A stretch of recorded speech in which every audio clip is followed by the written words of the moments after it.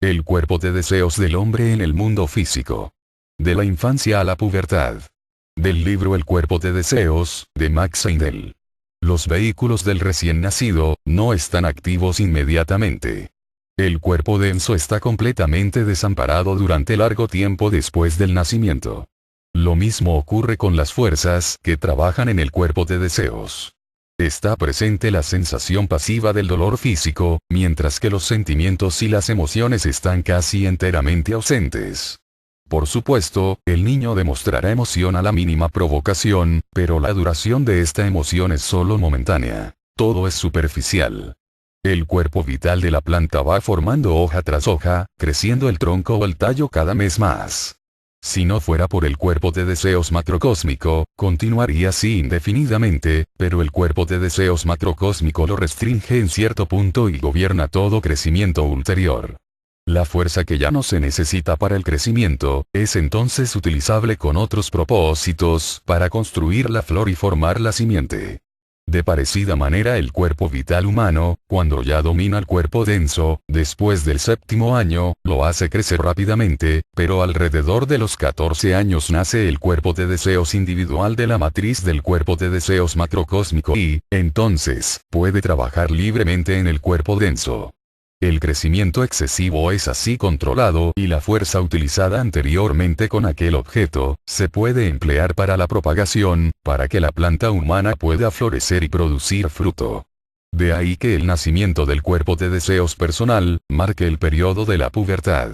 Desde entonces comienza a sentirse la atracción por el sexo opuesto, atracción que obra especialmente desenfrenada y activa en el tercer periodo septenario de la vida, desde los 14 hasta los 21 años, debido a que la mente refrenadora no ha nacido aún. No se debe imaginar, sin embargo, que cuando nació el cuerpo pequeño del niño, se acabó el proceso de nacimiento. El cuerpo físico denso tiene la más larga evolución, y así como un zapatero que trabajó en su profesión muchos años, es más experto que el aprendiz y puede hacer mejores zapatos y más rápidamente, asimismo el espíritu que ya ha construido muchos cuerpos físicos, puede hacerlos con más suficiencia. Pero el cuerpo vital es una adquisición posterior del ser humano y no somos tan expertos en estructurarlo.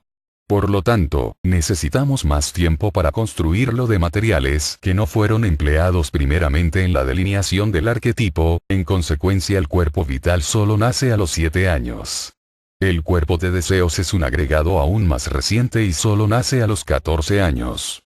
Entonces, la naturaleza pasional, se hace sentir más fuertemente durante la adolescencia ardiente y la mente que hace del hombre, un hombre, nace solo a los 21 años. Y la ley no reconoce al hombre como mayor de edad, con todos los derechos del ciudadano, hasta que los cumpla. A los 14 años nace el cuerpo de deseos, que marca el comienzo de la autoafirmación. En la infancia el niño se considera más como perteneciendo a la familia y dependiente de los deseos de sus padres, que después del periodo de la pubertad que llega a los 14 años. La razón es la siguiente. En la garganta del feto existe una glándula llamada la glándula thymus, que alcanza su tamaño más grande durante el periodo de gestación y, al nacer la criatura, va disminuyendo o atrofiándose gradualmente conforme crece el niño, desapareciendo completamente cuando termina la niñez, a una edad que puede variar según las características individuales. Los médicos están muy confundidos para determinar las funciones de ese órgano y no han llegado aún a una decisión firme, pero han emitido la siguiente teoría. Antes del desarrollo de la médula roja, el niño no es capaz de hacer su propia sangre y, por lo tanto, la glándula thymus contiene una esencia proporcionada por los padres, de donde el niño puede tomarla durante la infancia y la niñez, hasta que sea capaz de hacerla por sí mismo. Esta teoría es más o menos correcta y mientras la sangre de los padres fluye en el cuerpo del niño, él se considera como parte de la familia y no un ego separado. Pero en el momento que comienza a hacer su propia sangre, el ego reivindica sus derechos y el adolescente no es más el niño o la niña de papá y mamá, sino que ya tiene su propio yo. Entonces comienza el periodo crítico, cuando los padres cosechan lo que han sembrado. La mente no ha nacido aún y nada refrena la naturaleza pasional y, por lo tanto, muchísimo depende de cómo el niño ha sido educado hasta este periodo y qué ejemplo le han dado los padres. En este punto de la vida la autoafirmación, el sentimiento del yo es más fuerte que en cualquier otra época y, por consiguiente, la autoridad debe dar lugar a los consejos. Los padres deben ser muy tolerantes, porque nunca como en ese periodo, es decir, desde los 14 años hasta los 21 años, está el ser humano tan hambriento de simpatía y comprensión, debido a que su naturaleza pasional está pasando una etapa desenfrenada e incontrolable.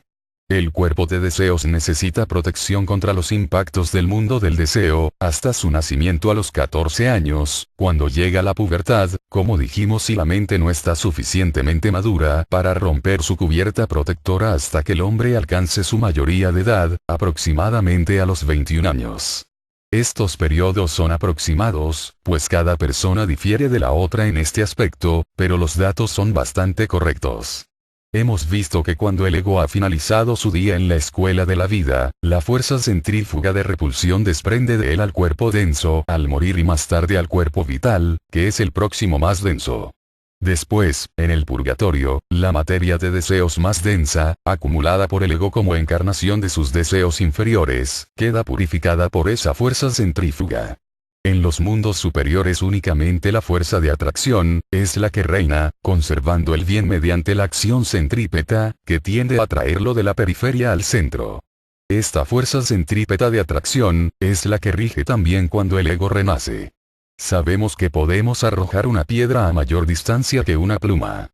Por lo tanto, la materia más densa es arrojada después de haber nacido el cuerpo de deseos, alrededor de los 14 años y, entonces, las corrientes de ese vehículo comienzan a fluir hacia afuera por el hígado. Entonces es cuando el ego comienza a vivir su vida individual y muestra lo que está adentro. El cuerpo de deseos nace alrededor de los 14 años, en la pubertad. Entonces los sentimientos y pasiones empiezan a ejercer su poder sobre el adolescente, porque la matriz que protegía al cuerpo de deseo se ha roto.